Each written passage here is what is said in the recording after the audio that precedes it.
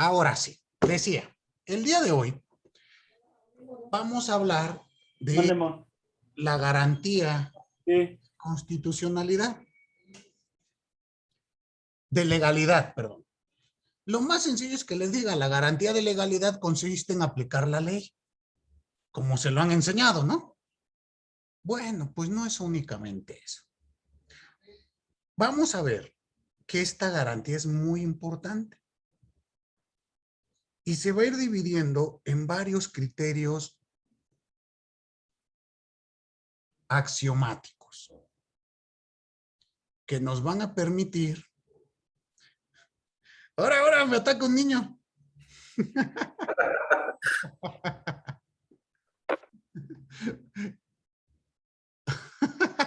Bueno, ya hasta me hicieron dedo. Decía yo, creo que voy a tener que pasar al padre porque si no me van a tocar unos chingazos. Decía yo, hay que entender que esta garantía de legalidad debe de estar aplicada desde varios postulados. Aquí quiero yo referirme al tema exclusivamente desde una postura garantista. ¿A qué voy? Ustedes saben que el garantismo fue desarrollado por Luigi Ferrajoli. ¿Sí recuerdan eso? Dice Álvaro, no, pues yo no, maestro, yo soy contador. Te comento, ¿qué es lo que nos dice este autor, Luigi Ferrajoli? Nos indica que la Constitución, bueno, y las leyes, los abogados siempre hemos discutido, no sé si en la contabilidad pasa algo similar, Álvaro. Los abogados discutimos cuál es el contenido del derecho. ¿Qué quiero decir con esto? Discutimos qué es lo que tenemos que estudiar. Es decir, solamente leyes vigentes. Y cuando hablamos de leyes, lo hacemos exclusivamente en el aspecto jurídico. A los abogados que piensan que el derecho únicamente se conforma por leyes, se les llama positivistas.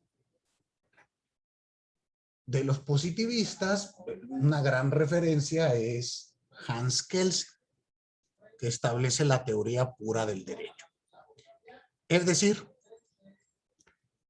aplicamos o tratamos de estudiar el derecho sin ninguna circunstancia ajena a él. ¿Qué sería algo ajeno? La moral, la justicia. Son cuestiones aparte. Existen, pero no le corresponde al abogado estudiarlos. Otros que se llaman naturalistas tienen otras figuras. Dicen, bueno, el derecho además responde a principios. Principios de carácter moral o de carácter axiológico. Y ellos hablan de los derechos humanos.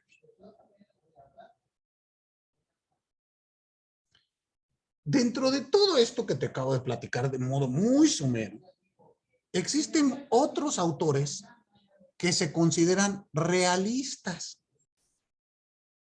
Y en el realismo se pretende que el factor social, la aplicación de la norma, tenga igual un impacto muy importante. Bueno, de todos ellos, para hablar del principio de legalidad, a mí me parece oportuno realizar un enfoque desde el positivismo, porque es en el positivismo donde surge esta idea de la legalidad. Entonces vamos a hacer un estudio positivista independientemente de las posturas que tengamos cada uno de nosotros. En lo particular, yo no soy positivista. No obstante, si voy a estudiar la norma, pues hay que hacerlo con base en estas posturas. ¿Queda claro? Suplico la paciencia y la comprensión de cualquiera de ustedes que no comulgue con el positivismo, pero para explicar el principio de legalidad, pues hay que hacerlo con esta base.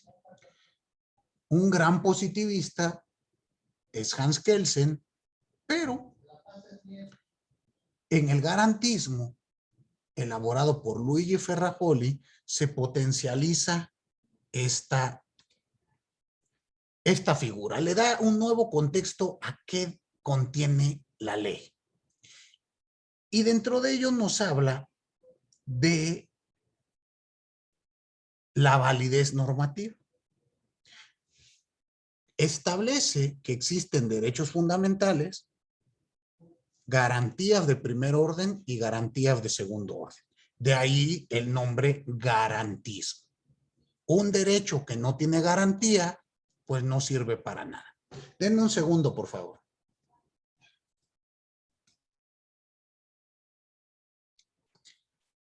Decía yo, existe en esta normatividad, en esta taxonomía, derechos fundamentales que van a tener a su vez garantías de primer orden y garantías de segundo orden. Las garantías de primer orden son aquellas que establecen protección en el plano constitucional o de norma suprema respecto de un derecho fundamental.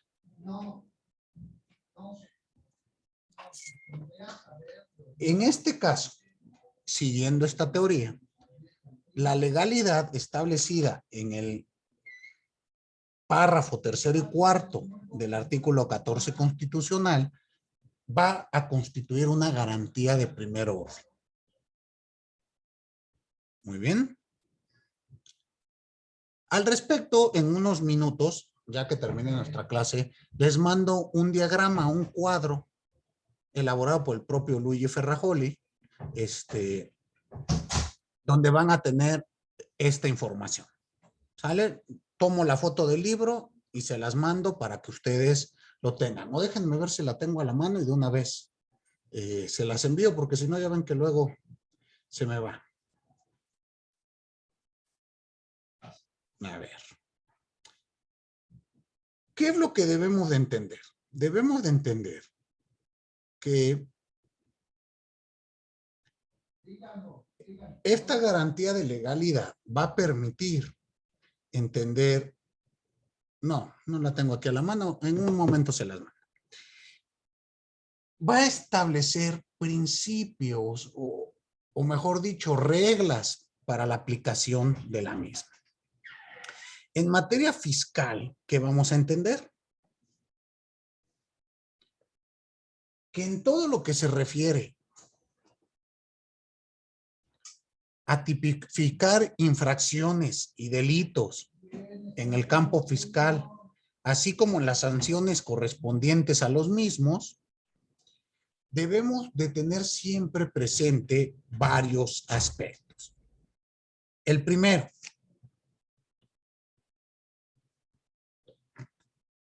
el principio axiomático, nula pena sine lege. No hay pena si no hay ley. ¿Estamos de acuerdo? Bueno, este es un primer sustento del principio de legalidad.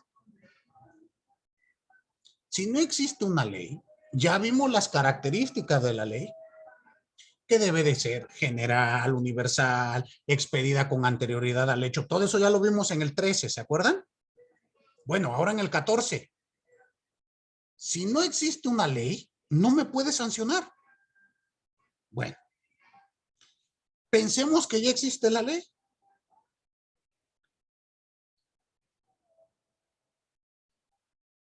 Esta ley, de acuerdo a lo que estamos leyendo, debe de ser aplicable exactamente al caso concreto.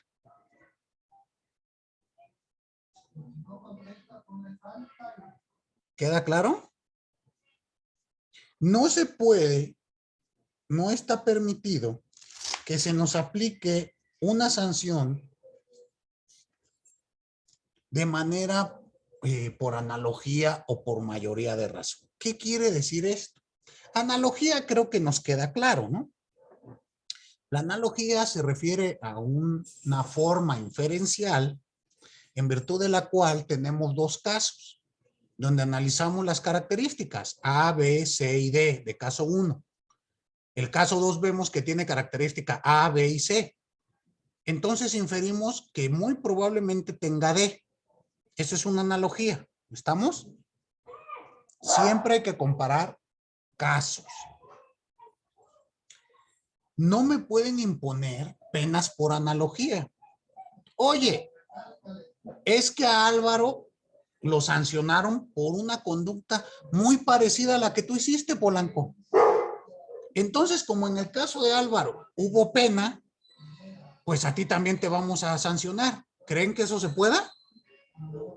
No. Rompe el principio de legalidad, la garantía de legalidad. En este orden de ideas, debe de entenderse que la autoridad fiscal, en su naturaleza sancionadora, debe de aplicar un criterio riguroso al ejercer sus funciones. Esto es, al imponer una multa, al decretar un crédito fiscal o cualquier cuestión análoga.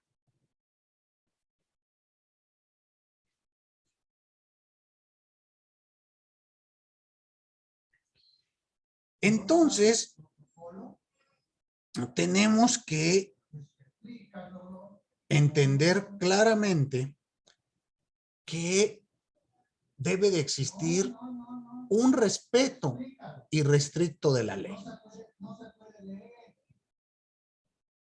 ¿Queda claro?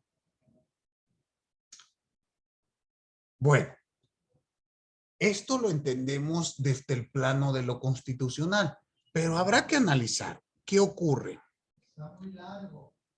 en los códigos fiscales correspondientes. Nosotros propiamente analizaremos Código Fiscal de la Federación. En el Código Fiscal de la Federación hay algunos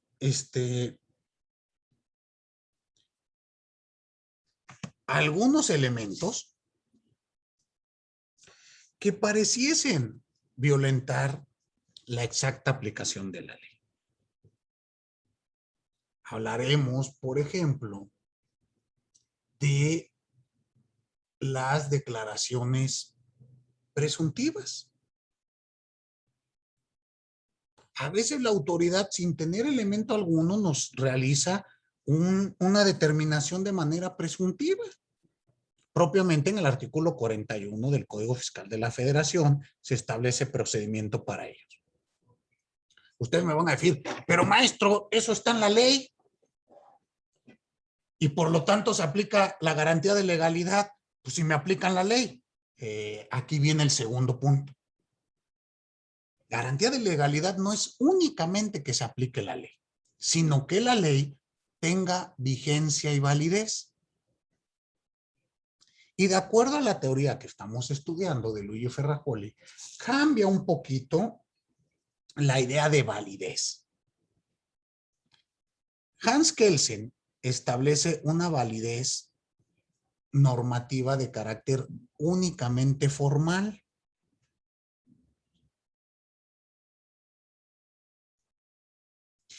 ¿Qué quiere decir esto? Si una ley fue expedida siguiendo el procedimiento que establece la norma fundante, es decir, discusión, aprobación, votación, promulgación y entrada en vigor,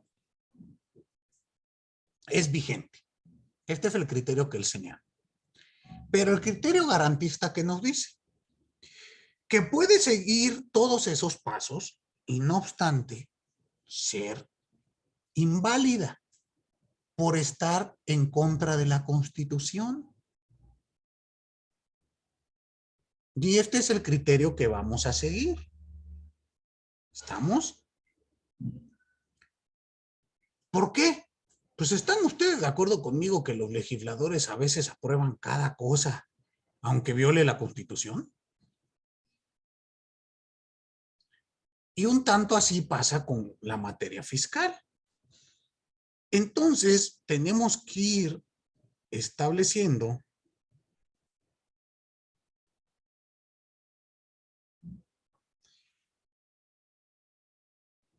que este tipo de normas o este tipo de procedimientos pueden chocar con el texto constitucional. Si el texto constitucional dice, oye, tienes que aplicar la ley, claro, pero esta ley debe de seguir ciertos parámetros, no puede ser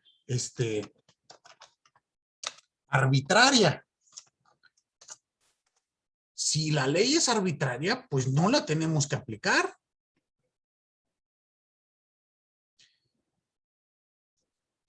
Y si esto ocurre, se está rompiendo el principio de legalidad. Piensen ustedes lo siguiente. Dime, Álvaro. Justo ahorita iba a comentarle que es muy común a veces ver en las disposiciones fiscales ciertas redacciones donde te dicen que, bueno, se tiene que cumplir esta obligación y lo demás, y de acuerdo a lo que se emita en la resolución miscelánea fiscal, ¿no?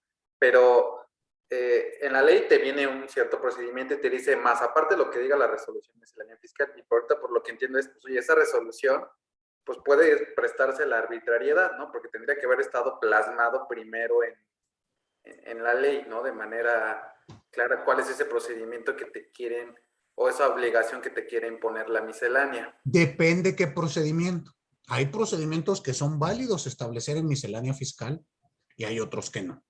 Ejemplo, si es un procedimiento que le corresponde expedir al Congreso Federal, no puede la miscelánea fiscal llegar y suplir. Pero pensemos que está bien. La miscelánea lo único que hace es potencializar lo que ya está dicho. Dar algunos parámetros de qué se entiende por A o qué se entiende por B. Sí se han dado casos donde la miscelánea fiscal, algunos aspectos de ella son declarados inválidos, inconstitucionales por excederse. Se han llegado a dar casos. Son los menos, pero sí se han dado. Dime, Alberto. Sí, pienso que ese principio de legalidad lo estamos viendo ahorita con el tema de la reforma en materia laboral respecto del outsourcing, en el sentido de la interpretación que le está dando la Secretaría del Trabajo al artículo 12 y 13 de la Ley Federal del Trabajo, que tiene que ver con la interpretación de lo que dice disposición, poner a disposición un trabajador. No sé si algunos de los compañeros estén familiarizados con el tema, pero ahorita justamente pues yo tengo un problema porque no he logrado conseguir el registro de la persona moral que represento, porque según yo pues no me aplica. Sin embargo, la Secretaría del Trabajo dice que sí debo de realizar el registro, ¿no? Y esto se debe, creo yo, en el mismo conflicto con muchas personas morales más, en la interpretación que le está dando la Secretaría del Trabajo a esa pequeña parte de la disposición que dice poner a disposición un trabajador, ¿no? A la contratante. Pero bueno, solamente quería yo visualizar algo que ahorita se está generando, ¿no? Ok, le agradezco mucho el ejemplo. Yo desconozco, soy neófito en materia de derecho laboral, no sabía yo esta circunstancia, pero bueno, seguramente están teniendo algún problema de interpretación. Se parece a lo que nos platicaba la clase anterior, ay, no recuerdo quién, que nos hablaban de las donatarias autorizadas. ¿Quién fue? Creo que ahí tenemos algo Yo, similar. maestra. Ah, usted, Itzel. Sí. Más o menos va por ahí. Pero miren, veamos en materia fiscal, que es donde tenemos que platicar. ¿Alguno de ustedes puede leer el artículo 91 del Código Fiscal de la Federación?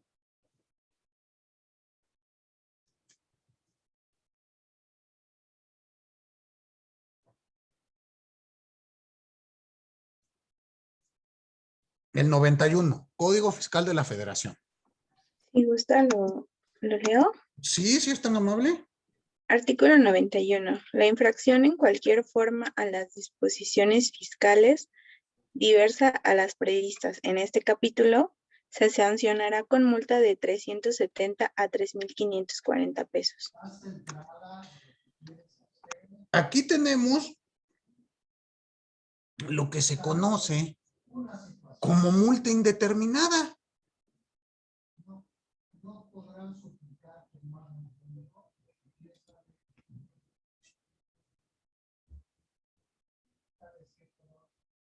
Esta circunstancia de que dice cualquier infracción que se haga distinta de las aquí señaladas,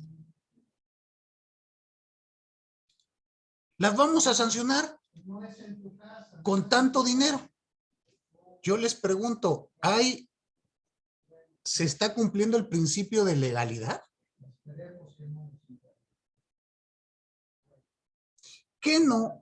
Este principio que estamos viendo, la exigencia constitucional nos dice, toda infracción debe de estar exactamente tipificada.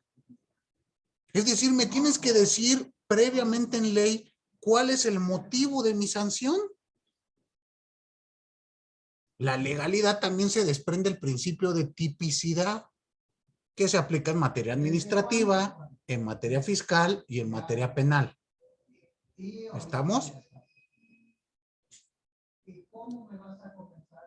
Entonces, si no se encuentra debidamente tipificada, si tú no me estás diciendo qué conducta es, porque aquí lo único que dice el legislador es cualquier otra infracción, no se puede prestar esto a la arbitrariedad. El principio de legalidad, su función es proporcionar certidumbre. Certidumbre para el particular y evitar la arbitrariedad. Dígame, Claudia, ¿quiere comentarme algo? Preguntar nada más si el principio de tipicidad es lo mismo o el equivalente a taxatividad. Taxatividad o tipicidad. Bueno, yo los entiendo distinto. Hay algunos autores que sí los toman como sinónimos. Cuando yo hablo de algo taxativo, quiere decir que esté expresamente señalado en la ley. Cuando hablamos de tipicidad es, aparte de estar señalado en la ley, debes de darme los elementos objetivos, subjetivos y normativos que constituyen la violación. Bueno, la conducta que puede ser sancionable. En materia administrativa, propiamente de derecho administrativo sancionador, este principio de tipicidad poco a poco se ha ido agregando. Normalmente nos parece un principio muy del derecho penal. ¿Se acuerdan que en el derecho penal discutimos el tipo y el cuerpo del delito? Bueno, pues poco a poco esto está llegando a la materia administrativa y al derecho fiscal. Creo que usted mismo, compañera, perdón, usted misma, Claudia, me dijo algunas clases de la jurisprudencia que ya señala que podemos aplicar válidamente algunos principios de materia penal en derecho administrativo sancionado. Es la postura, tanto la doctrina como la jurisprudencia ha ido ampliando estas garantías. Entonces vean ustedes que la legalidad va cayendo como, yo me lo imagino como una red de pescador. Va haciéndose larga, de tal modo que abarque todo un derecho, en este caso sancionado. Empezamos con la legalidad, de ahí bajamos a la taxividad y luego sigue la tipicidad. Veo que el compañero Eligio está pidiendo que lo agreguen al grupo de qué, de WhatsApp, Eligio. Sí, por favor, maestro. Muchas gracias. ¿Alguno de ustedes puede mandar nuevamente el chat? Bueno, el enlace aquí al chat para que se una Eligio. Ya llevamos 3 semanas de clase, ya me llama poderosamente la atención esta petición. Por favor, compañeros, auxílienme y envíen esta circunstancia. Ahora, teniendo en cuenta esto, si ustedes analizan este artículo 91, parece ser que violenta esta tipicidad de la infracción fiscal. Porque reitero, está indeterminado. Si ustedes leen el 91, ¿qué dice? Cualquier infracción diversa a las aquí señaladas, es como si imagínense que en el Código Penal decimos, bueno, y cualquier otro delito que se cometa distinto a los señalados en este código, los vamos a sancionar con 20 años de cárcel. No, pues. Pues, ¿cómo? No lo tomaríamos en serio. Pero en materia fiscal no discutimos estas cosas. Entonces, hay que entender que en el código, en nuestra materia fiscal, vamos a tener algunas normas que parecen violentar la exacta aplicación de la ley. Decía yo, artículo 41, Código Fiscal de la Federación. La declaración presuntiva, o mejor dicho, la determinante de crédito presuntiva. ¿Alguno de ustedes ubica este procedimiento? 41 o 41A, no recuerdo en este momento. ¿Alguno de ustedes ha escuchado de él? Dida Mitzel. Sí, es la determinación presuntiva que 41 o 41A. 41 y 41. Es 41, ¿verdad? Ajá. Bueno, ahorita lo leemos para salir de Y era, duda. creo que tomaban en consideración las últimas 6 declaraciones anuales. 5. 5. ¿Pero en qué consiste? Dígale a sus compañeros para que se emocionen. Pues simplemente era verificar dentro de los sistemas institucionales del SAT qué declaraciones tenía presentadas y con base en ello, bueno, en las últimas 5, determinar la base gravable. Entonces, imagínense ustedes lo siguiente.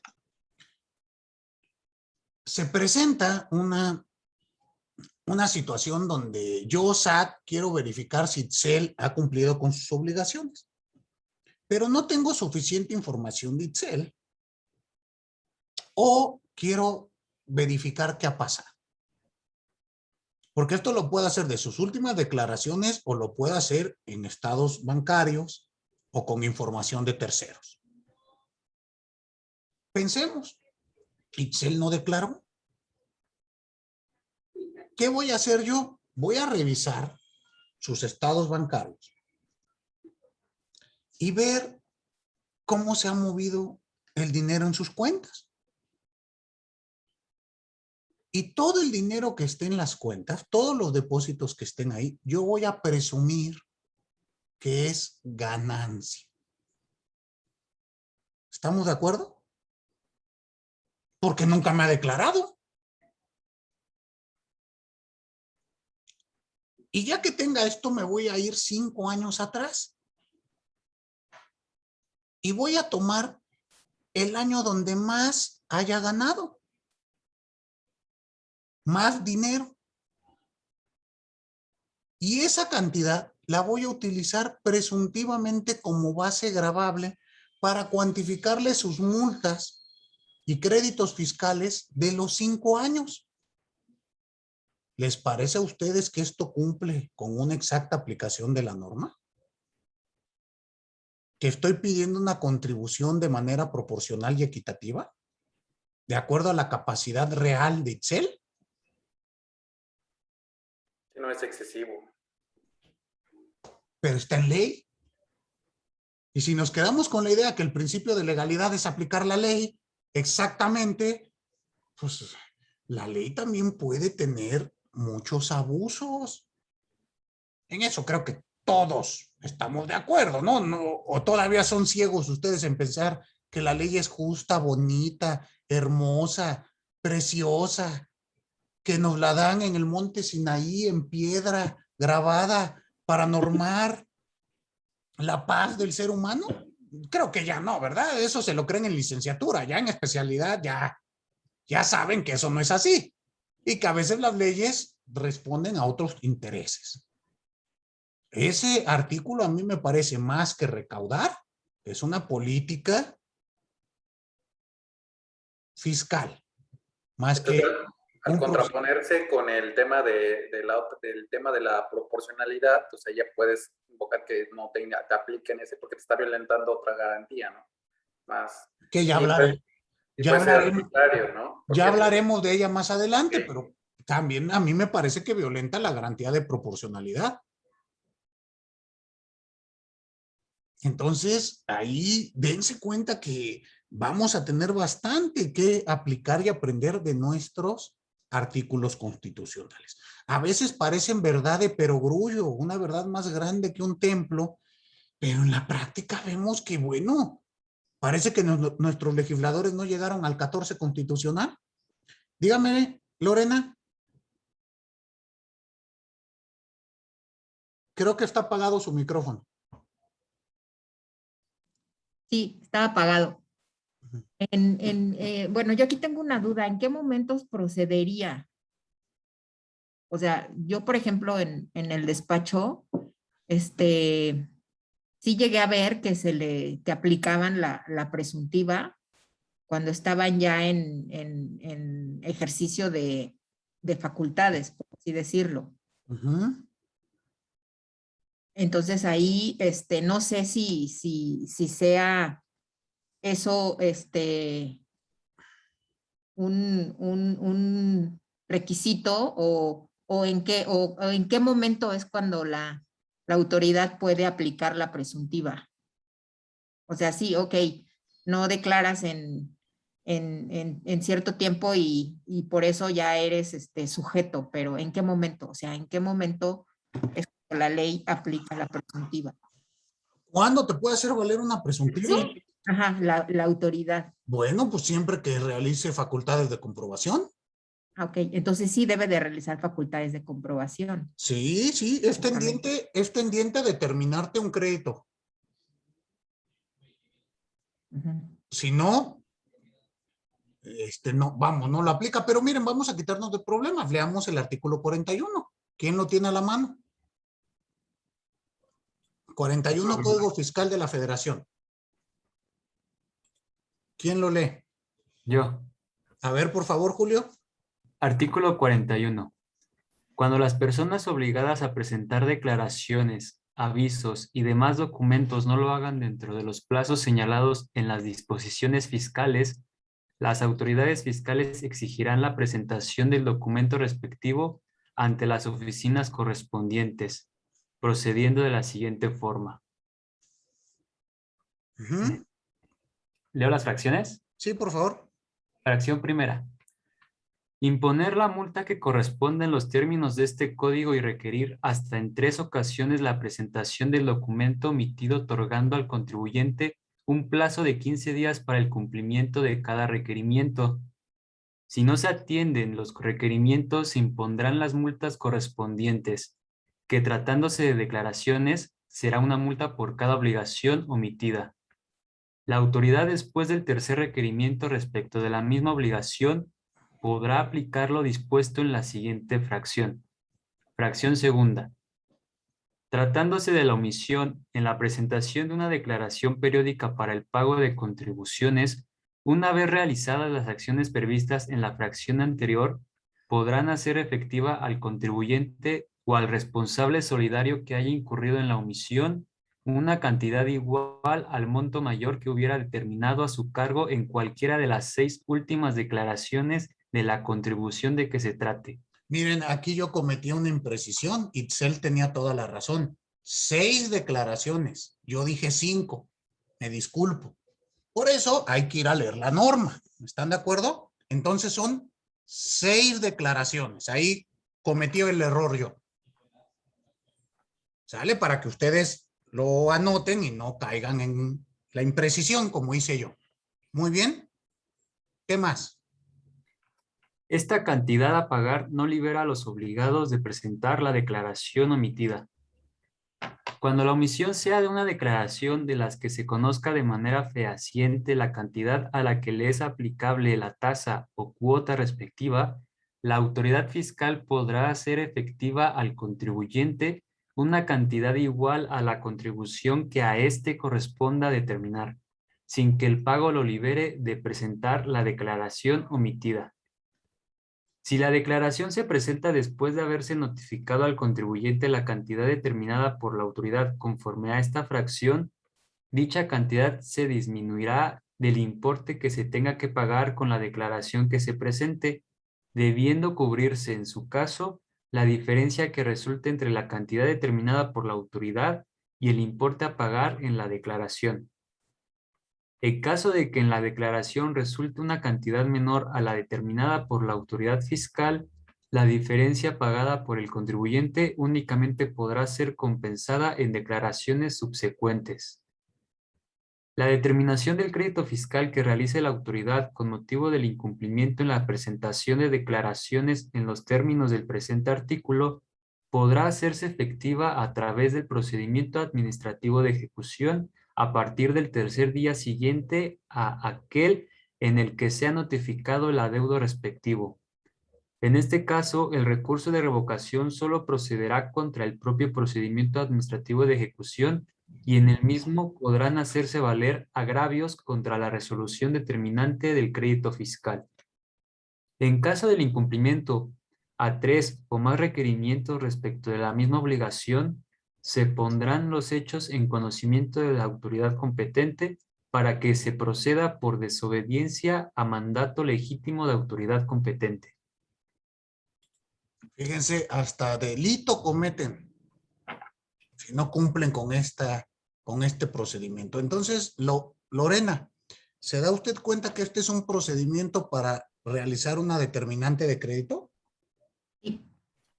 Entonces, tiene que cumplirse el procedimiento completo. Seguido el mismo, se puede emitir la determinante. Pero dense cuenta ustedes que se toman elementos pues que parecen no estar de acuerdo con el principio de exacta aplicación de la norma, con la legalidad. ¿Queda claro? Ahora, siguiendo con este principio de legalidad, con esta garantía, no únicamente está establecida en el artículo 16, en el 14, sino también está en el artículo 16 constitucional. Estos dos, el 14 y el 16, son los que normalmente empleamos en los amparos que promovemos. El artículo 16, en su párrafo primero, por favor, alguien ayúdeme a darle lectura.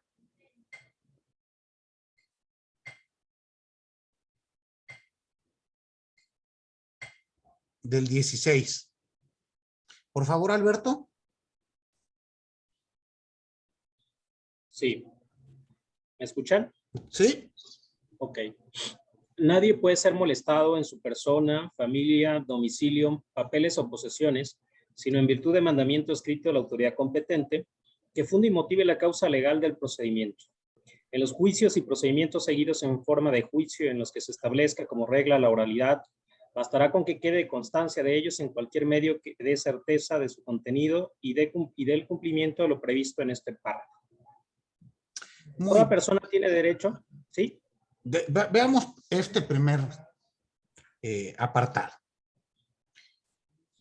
En este apartado tenemos la garantía de legalidad en su modalidad de seguridad jurídica. Primero que nada tenemos que ninguna persona puede ser molestada en su persona, familia, domicilio, papeles o posesiones, sino en virtud de un mandamiento escrito. Y aquí tenemos este primer, escrito y firmado por autoridad competente. Y aquí tenemos que analizar esta circunstancia. En primer lugar, Cuando esta fracción nos habla de que nadie puede ser molestado, lo debemos de entender, vamos a ponerlo en un sentido positivo. Todos tenemos derecho a que se respeten nuestros propiedad, posesiones, nuestra familia y nuestra persona. ¿Están de acuerdo?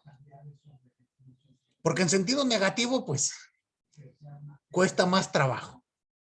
Pero en positivo, yo tengo derecho a que no me vengan a molestar ninguna autoridad. ¿Qué se va a entender por acto de molestia? Por acto de molestia hay que analizar cualquier afectación que se puedan tener en mis derechos o en mi persona. ¿Estamos? Habrá algunas situaciones que no son actos de molestia. Ejemplo, la notificación del inicio de facultades de comprobación no es un acto de molestia. Lo ha establecido la Corte. Me van a decir, pero ¿cómo, maestro? Si la autoridad me está pidiendo que le dé acceso a mis papeles, ¿cómo no va a ser acto de molestia? Pero la autoridad, por mandato constitucional, también tiene derecho a pedirte esos papeles. ¿Están de acuerdo? El acto de molestia vendrá hasta después, pero la sola notificación de inicio de facultades de comprobación, por regla general, no será acto de molestia. ¿Queda claro? No cualquier afectación vamos a entenderla como un acto de molestia. Dígame, por favor, Edgar. No, efectivamente no es un acto de molestia toda vez que no se determina un crédito fiscal, no afecta ni la esfera jurídica, digamos, de los contribuyentes. Van, te tocan y te piden papeles porque tienen la posibilidad de revisarte, pero todavía no te han determinado ningún crédito, ninguna afectación todavía ha sucedido, excepto de que se haga por ahí con alguna falta de precisión en la legalidad del procedimiento, y ahí se puede interponer el amparo, pero también es dependiendo también qué es lo que se pretenda también llegar, ¿no? Exactamente, pero dése usted cuenta que eso no es la notificación del inicio del procedimiento. Eso es un acto diverso. O sea, la autoridad puede llegar y lesionarme, claro, pero en esencia lo que yo indicaba es la mera notificación de inicio de facultades no será considerado nunca un acto de molestia. ¿Queda claro? ¿Qué será un acto de molestia? Bueno, aquel que lesione o ponga en riesgo, puede ser un acto u omisión que lesione o ponga en riesgo derechos fundamentales. Pero este riesgo debe de ser real, inminente, personal y directo. ¿Estamos? Ejemplo, yo te inicio facultades, pensemos a Julio. Julio, yo vengo y te inicio facultades de comprobación. Pues no sabemos si te voy a decretar un crédito fiscal o no, o sí. Pues no hay un riesgo directo inminente. Aunque Julio llegue y le diga al de amparo, no, pues es que no he pagado, o sea, de que me van a dar mi multota, me van a dar mi multota. Bueno, pero no es inminente. ¿Queda claro? Dígame, Fernando. Sí, retomando lo que conversábamos sobre la determinación presuntiva de que si era inconstitucional o no, no podría considerarse que es constitucional porque se agotó para llegar a tal procedimiento con el desahogo de la garantía de audiencia y ante el incumplimiento del particular de no haber desvirtuado lo que fue observado en el procedimiento de fiscalización por el contribuyente, y al tratarse de un hecho demostrado que es el ingreso presuntivo por los estados de cuenta contra el hecho presumido y existir congruencia entre ambos, ¿no podría considerarse constitucional esa presuntiva? ¿Me pregunta mi opinión o lo que ha dicho la Corte? La opinión. Para mí no. ¿Por qué? Porque en el derecho administrativo sancionado existe la presunción de inocencia. Y quien tiene la obligación, es decir, la carga de probar los hechos que dicen ser la base para mi sanción, no soy yo. Es el órgano que está fiscalizando. Bueno, se lo pongo así. Imagínense que hagamos lo mismo en materia penal. ¿No estaría usted rompiendo sillas, cortándose las venas con pan Bimbo y diciendo que estamos todos locos? Le pregunto. Te voy a meter a la cárcel con una presunción. A ver, yo te dije 3 veces. Y en esas 3 veces ninguna me diste pruebas de que no fuese así. Presumo que eres culpable, vas para adentro. ¿Cómo ves?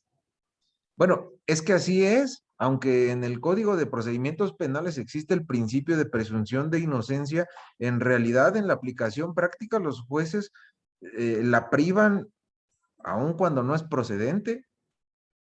Y ya después es prisión preventiva justificada, no de delitos de prisión preventiva oficiosa, dicen, es justificada porque existen indicios, presunciones finalmente, que me hacen pensar que cometiste el delito y mientras se sigue tu juicio y eres juzgado, pues vas para adentro. Entonces, Ok. es lo mismo, una Pero analogía similar. No, Son discúlpeme. medidas cautelares. No podemos justificar el Estado y las normas contrarias a nuestra Constitución que han ido estableciendo para reprimirnos. Eso sí. Yo de ningún modo lo justifico. La prisión preventiva oficiosa se me hace una aberración. Una aberración. Muchas cosas del Código Penal me parecen deplorables, que van en contra del sistema, del garantismo que estoy platicando. Y lo mismo en el Código Fiscal. No confundamos una herramienta con cómo la usa un operador. No podemos descalificar al sistema por lo que hace uno u otro. Porque así como usted dice, es que este hizo esto, pues habrá otros jueces que digan, no. Leyendo bien el código dice que la prisión es la última razón y por lo tanto te impongo otra cosa. Reitero, hay que ver cómo lo usa. Yo el ejemplo que siempre le doy a mis alumnos es el siguiente. Yo con un desarmador puedo construir o me puede ayudar para hacer una instalación eléctrica. ¿Y ese mismo desarmador lo puedo utilizar para enterrárselo en el ojo a una persona? ¿Y en el primer supuesto el desarmador es bueno y en el segundo el desarmador es malo? ¿O es el operador? Es el uso. A eso voy yo. Operador. Pero no confundamos figuras perversas, porque tenemos muchas. La prisión justificada a mí me parece de lo poco noble que tenemos. Que lo usen como usted indica y yo creo que responde más nuevamente a ideologías, a políticas, por los momentos en los que vivimos. Recordemos que ante una violencia desbordada, la sociedad a veces no clama garantías, clama venganzas. Y hay que tener mucho cuidado con ello. Mucho. Yo lo que hago tontamente es pedir un proceso como el que quisiera que me apliquen a mí, no a mi enemigo. Eso es lo que hago. Y en materia fiscal existe una política, no de ahora, de hace más de 20 años, de un terrorismo fiscal. Que es lo que venimos a estudiar en una especialización, a criticar. Pero nuevamente, no confundamos la herramienta con el operador. En el ejemplo que usted dio, creo que el operador trabajó mal, pero la figura no es mala. Pero si me Ok. habla de prisión preventiva oficiosa, ahí sí, no, pero sin duda, nos echamos un debate de 3 horas diciendo qué tan mala es. Porque esa es perversa por donde la busquemos. ¿Sale? Lo mismo que este artículo 41, en mi opinión. ¿Qué han dicho algunos colegiados, algunos tribunales? Que no, que el procedimiento respeta la legalidad y la proporcionalidad. Pero bueno, se vale disentir siempre y cuando tengamos sustento. No ha habido pronunciamiento respecto de su constitucionalidad o no por parte de la Corte. ¿Sale? Eso, bueno, por lo menos que yo sepa. Si ha salido, pues compártanlo en el chat. Veo que en el chat comparten información referente a la materia, revistas, muy interesantes. Entonces, si encuentran algo al respecto, pues también compártanoslo. Dime, Edgar, te escucho. Entonces, nada más, la presunción de ingresos debería de cumplir entonces con los requisitos de proporcionalidad y equidad.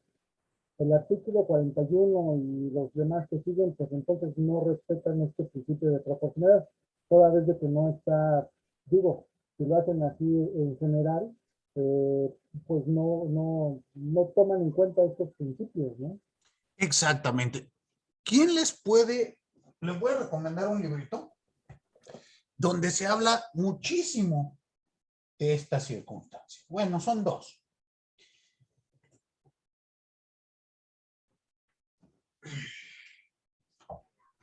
El primero ya es un poco viejito. No obstante, me parece muy vigente y habla precisamente de la tipicidad. A partir de la página 130 del libro. El autor es Miguel Ángel García Domínguez. La obra es un clásico que seguramente todos ustedes conocen, Teoría de la infracción fiscal. Derecho fiscal penal, así se llama el título. Editorial Cárdenas Editores. Este ya es un libro, les decía yo, viejo. No obstante, sigue teniendo cosas muy, muy interesantes. La primera edición, que es la que yo tengo aquí en la mano, es de 1982. O sea que ya tiene, va a cumplir 40 años. ¿Sale? Tiene 39 añitos. Este le sirve mucho. Pero si quieren algo más moderno,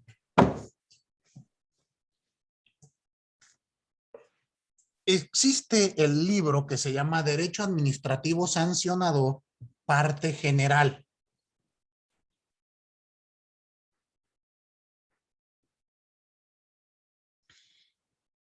Este es del maestro Manuel Gómez Tomillo.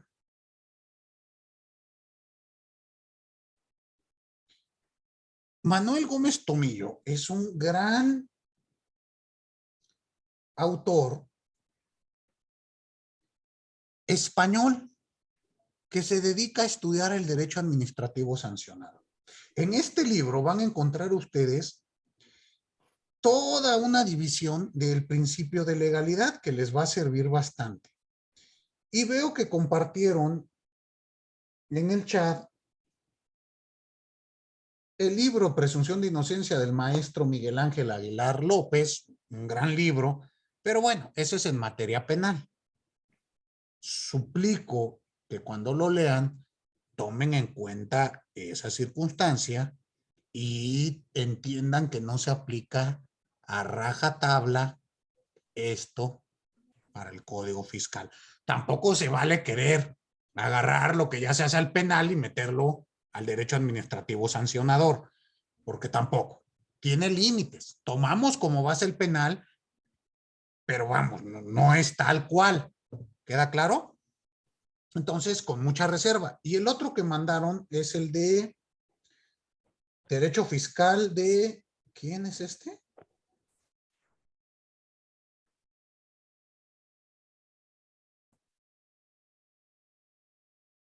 Derecho Penal Fiscal de Ambrosio Michel. Editorial Porrúa 2012. Y empieza desde el artículo, desde el capítulo 4. Bueno, habrá que leerlo. No conozco yo la obra ni al autor. Y vamos a ver de qué nos habla. Pero bueno, ahí tenemos esta información más al alcance. ¿Queda claro? El de Miguel Domínguez, tengo yo entendido que ya lo pueden conseguir vía digital, en internet, en PDF de acceso gratuito. Si alguien lo encuentra, mándelo al chat. Y este de Manuel Gómez Tomillo, yo lo compré en internet, en Casa del Libro o en Amazon, y les llega en 3 días. ¿Sale? Entonces, el que ustedes gusten y manden. Dígame, Lorena. Profe, yo aquí tengo una duda. Bueno, el artículo 41 nos habla de la estimación del impuesto omitido. El artículo 55 y 56, igual del código, es el que ya nos dice y nos habla de, dice expresamente de la presuntiva, ¿no? Tengo yo esa duda, digo. A ver, ¿pero qué dicen esos artículos? El 41, bueno, el que es el que ya leí. Ese ya lo leímos, pero los siguientes. Y luego, por ejemplo, el artículo, ay, aquí ya se me perdió.